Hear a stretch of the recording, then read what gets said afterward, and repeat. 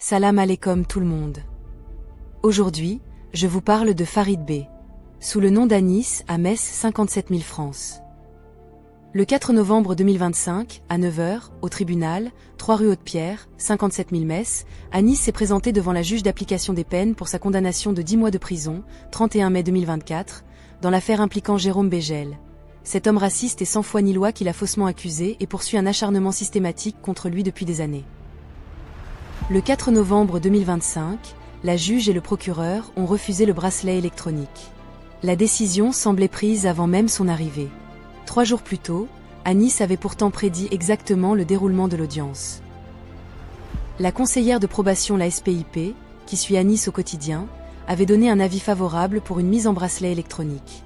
Elle connaissait parfaitement sa situation, sa vie, son comportement, et savait qu'il avait une situation stable, correcte et digne. Mais malgré cet avis professionnel et détaillé, la juge et le procureur ont ignoré tout cela. Ils ont choisi de donner leur propre décision, sans connaître la vie personnelle d'Anis, ni tenir compte de son rapport favorable. Le procureur a utilisé comme prétexte une garde à vue arbitraire du 19 août 2025, dont les documents ont été falsifiés, parfois même sous des pseudonymes. Depuis 2014, il subit des persécutions. Depuis 2024, la situation a empiré. Anis est confronté presque chaque mois. Des gardes à vue arbitraires et humiliantes.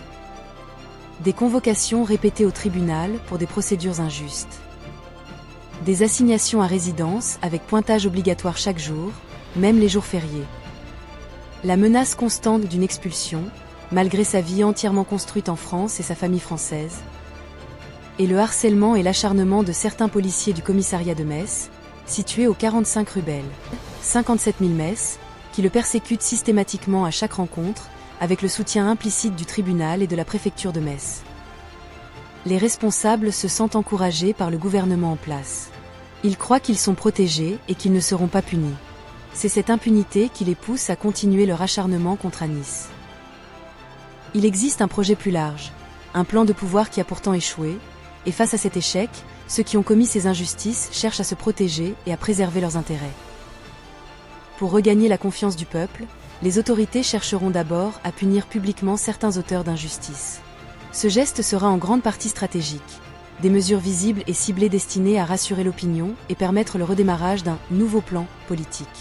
Mais il s'agira trop souvent d'une mise en scène, des sanctions ponctuelles destinées à restaurer une apparence de justice, sans réelle transformation des institutions qui ont permis ces abus. Anis nous a confié « Je préfère mourir plutôt que de vivre encore une injustice ». Ces mots révèlent l'ampleur de sa détresse et le danger réel dans lequel il se trouve. Chaque jour, il revit les blessures et humiliations. Sa vie est sous pression constante et aucun répit ne lui est accordé. C'est une injustice flagrante, répétée et organisée. Si rien n'est fait pour le protéger immédiatement, il risque d'être détruit ou poussé à réagir.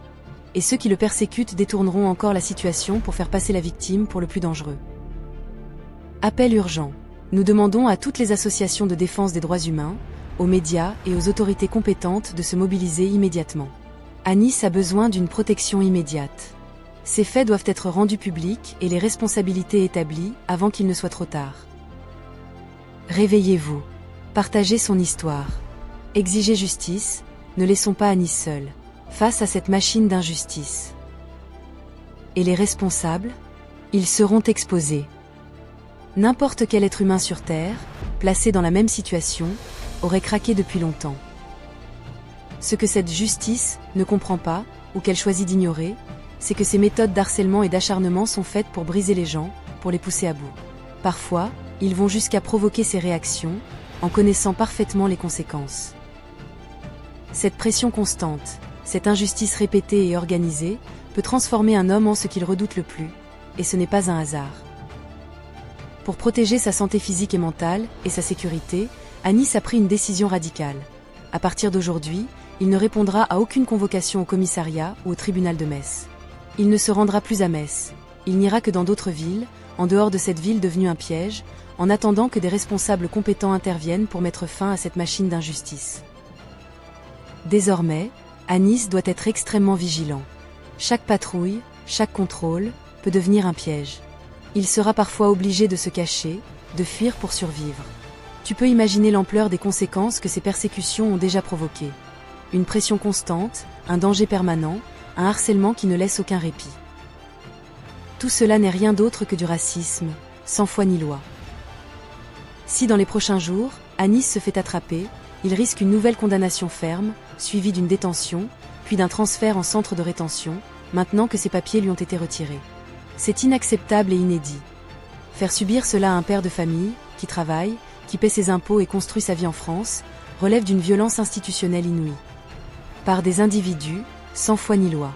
C'est un acte de persécution systématique, et c'est trop, beaucoup trop.